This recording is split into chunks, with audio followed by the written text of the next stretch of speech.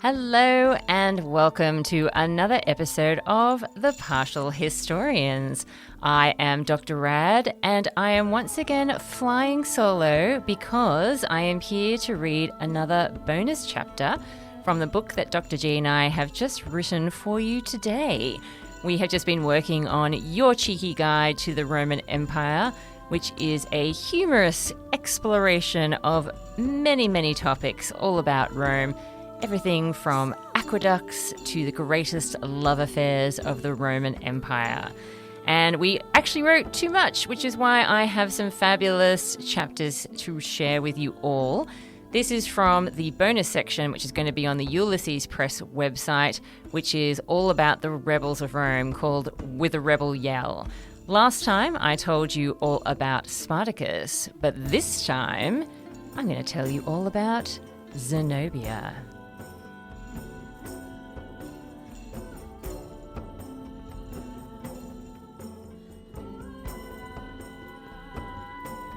Zenobia's winning strategy. Many of the rebels that pop up in the history of Rome are what you might call classic rebels. You know, little guys taking on the imperial machine, fighting to overthrow the system, break out of this prison cell. If you look at our stories of Masada and Spartacus, you can see the connection. Our final example is an exception to this rule. Get ready for the amazing tale of Septimia Zenobia. Zenobia became famous, or infamous, for declaring herself empress during the troubles of the 3rd century CE. She went from the consort of the most important man in Palmyra to regent for their son, to empress, to exalted exile in Rome. However, the origins of this rebellious minx are largely unknown. Much like Spartacus, we know precious little about the early life of Zenobia, or Bat Zabai, her Palmyrene Aramaic name.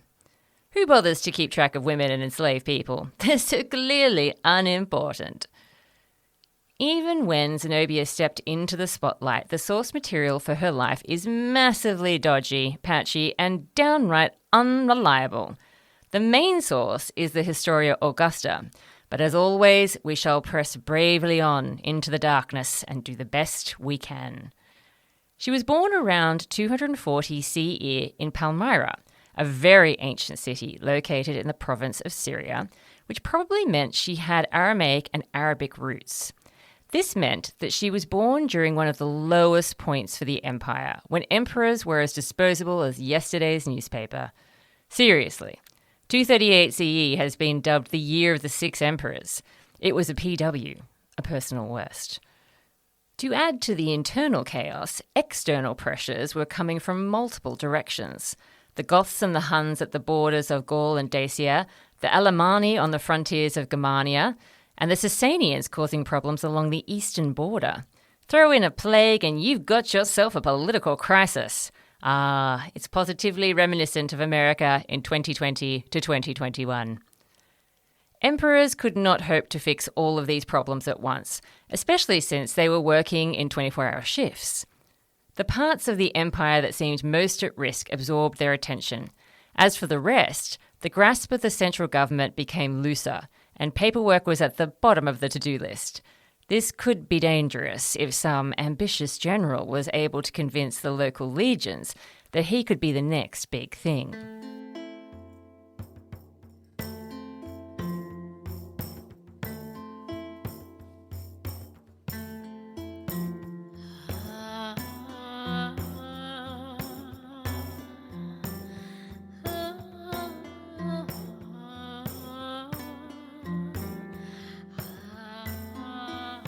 Imperial ambitions. The province of Syria was hot property, and both the Romans and Sasanians wanted it to be in their club. And not just because size matters when it comes to empires, it also had desirable trade routes. The Romans were therefore lucky that the most powerful man in a significant city like Palmyra was incredibly loyal. Odenathus, or Odenath in Aramaic, was rich, politically influential, and a talented military general from a noble family in Palmyra. An ancient triple threat. His family had been granted citizenship early in the 3rd century, and not long after, everyone else was too, thanks to a law passed in 212 CE. As the Romans could no longer use citizenship as a reward, Odenathus had been granted senatorial status. Just the status. He did not actually go to the meetings. Jackpot! At some point, in around 257-58 CE, he was upgraded to consular status. With that card in his back pocket, almost no one in Syria had higher status than him. That ought to keep him interested in this system, right? Who would be the lucky lady to snag this highly eligible bachelor?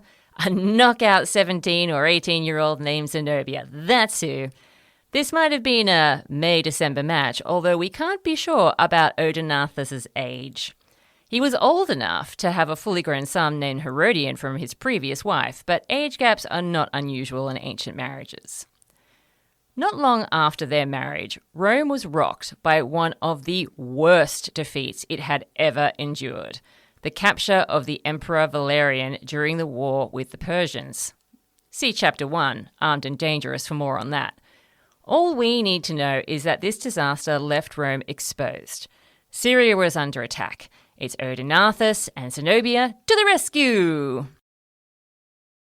Whilst the exact details are iffy, it seemed that Odenathus assumed control of the armed forces and the government in Palmyra, and possibly much further. He was putting out fires left and right. Persian king on the rampage? Piece of cake. Usurpers? No problem. Lost the province of Mesopotamia? Forget about it. The shocking thing about all of his success in this context is that Odenathus did not try to claim imperial power for himself. However, there was no doubt that Zenobia had hitched her wagon to the right star, as Odenathus' stock only went up due to these efforts. He may have been awarded a title that meant something like Restorer of the East, because he had done such a bang-up job fighting the Persians, or some sort of impressive official position. It would be super helpful to know exactly where he was active, but we just can't be sure. Odenathus may have been overseeing multiple provinces, or it might have just been Palmyra. Wherever he roamed, the honours received gave him enviable status. Odenathus' continued campaigns against the Persians led to him dubbing himself and his eldest son King of Kings, a title used in the Persian Empire. If this sounds suspiciously grand, just remember that by taking a Persian title, Odenathus was taking aim at their king, not the Roman emperor. This was a challenge to the east. Together with Herodian, Odenathus held sway in the eastern provinces with the blessing of the very busy Roman emperor, and Zenobia was right by his side, even accompanying him on campaign, which won her much admiration.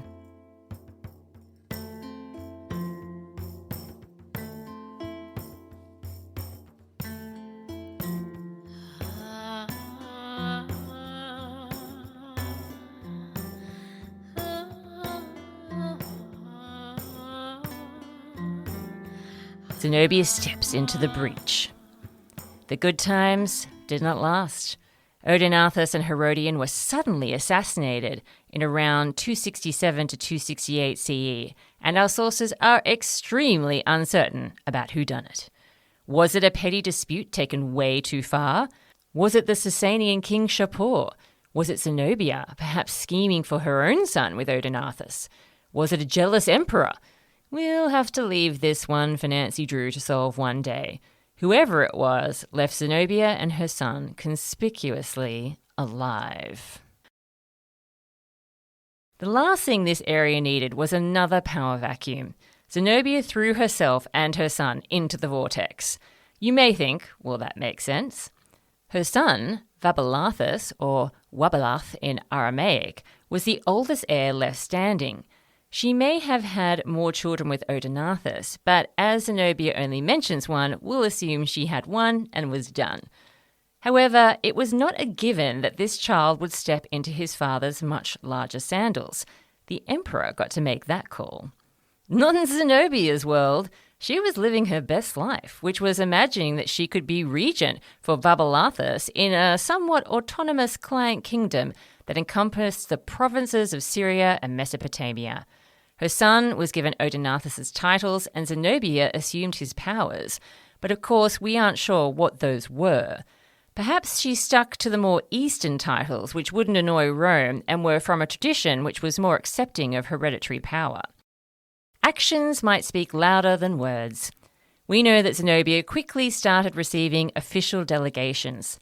She surrounded herself with capable men, including Cassius Longinus, who was a philosopher, rhetorician, and tutored her son, and some generals, Septimius Zabdas and Septimius Zabai. How did the Romans feel about all this? They may not have minded at first. Odenathus' death threatened the tenuous stability of the East.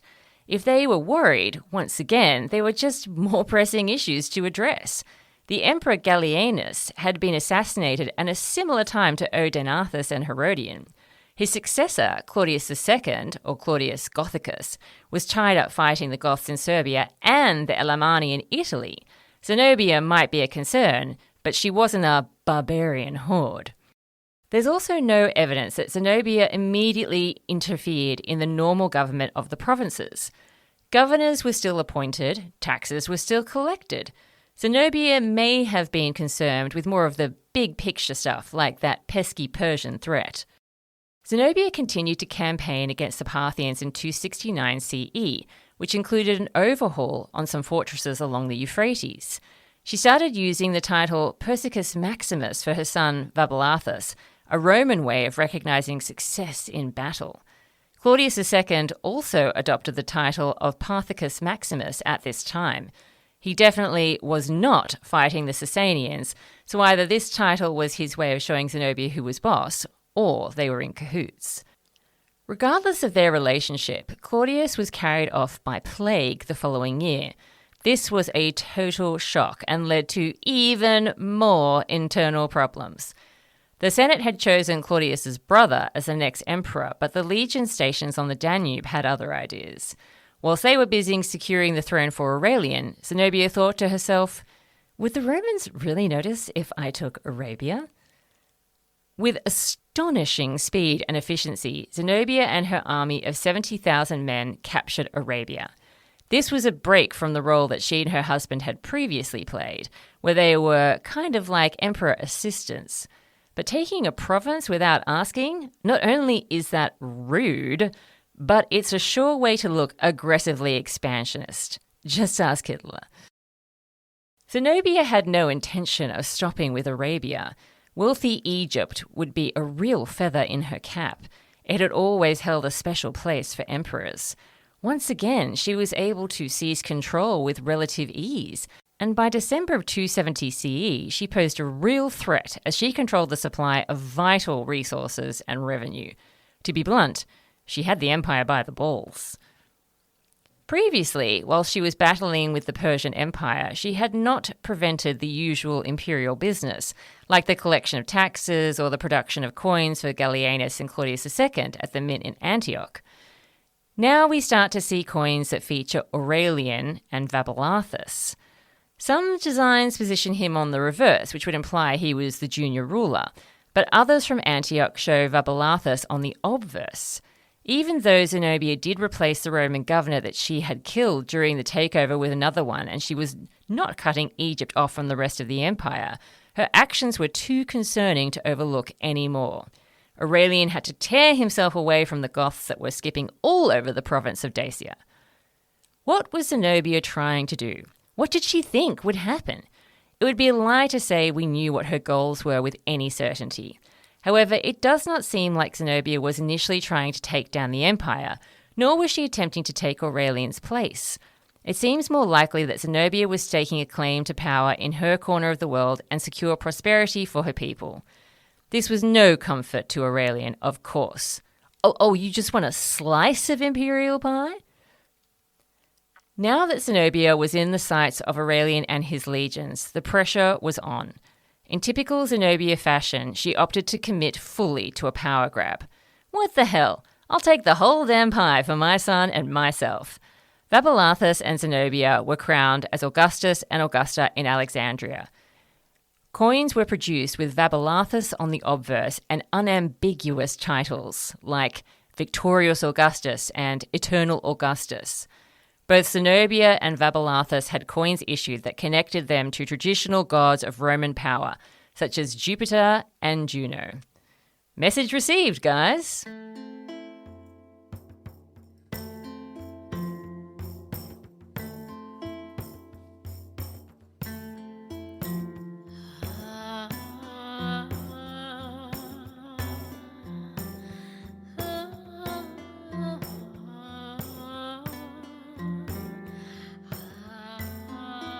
The jig is up. Team Zenobia decided to prepare for battle in Antioch, so they removed their troops from Egypt and Arabia, just temporarily, or so they thought. Unluckily for them, after a run of underachievers before him, Aurelian was an exceptionally capable leader. Charisma? Check. Nerve? Check. Talent? Check. He secured victory over Zenobia in 3 battles. After 16 months, her play for ultimate power was over. In 272 CE, Zenobia was caught as she tried to make a run for it. She may have been hoping that as long as she was free, she could regroup. As crazy as it seems, we can't be certain about what happened to Zenobia. She may have died not long after she was taken prisoner, but most of the sources think she survived. Zenobia was put on trial for her attempted usurpation. Whilst Cassius Longinus was executed and General Zabdas dropped out of the records, Zenobia did not have to pay the ultimate price. She apparently wept and pointed the finger at the men around her. She would never have rebelled against Aurelian on her own. They fell for it. Well, Aurelia did tend to be a forgiving kind of guy.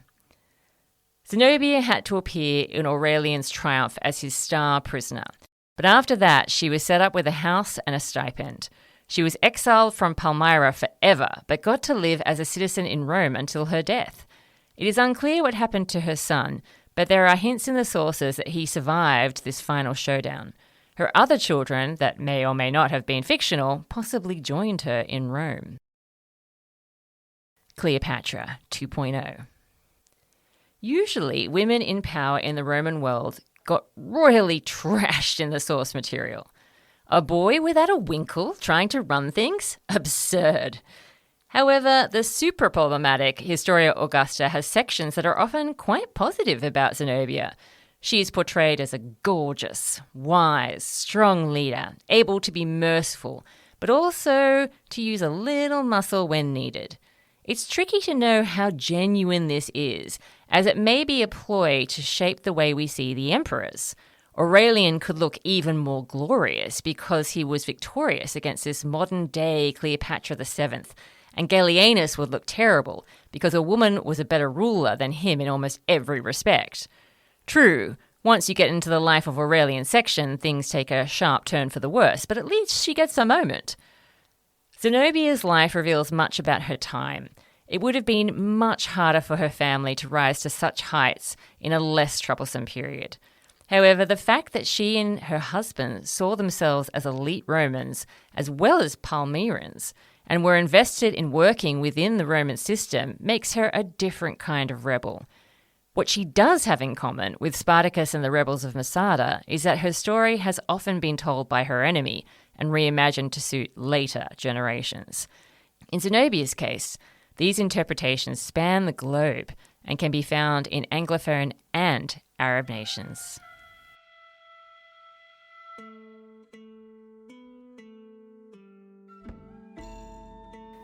And that was our chapter from With a Rebel Yell on Queen Zenobia. If you're interested in learning more, we suggest that you check out Nathaniel Andrade's Zenobia, the shooting star of Palmyra, Pat Southern's Empress Zenobia, Palmyra's Rebel Queen, or Emma Southan's A History of the Roman Empire in 21 Women. So if you enjoyed that little excerpt, then please, if you're listening before November the 4th, go and pre-order yourself a copy of Your Cheeky Guide to the Roman Empire. And if you're listening after November 4, then please grab yourself a copy, either on Amazon or from your local independent bookseller. All the details about it can be found on our website, or you can head over to Ulysses Press. Thanks so much for listening, guys. And until next time, We are yours in ancient Rome.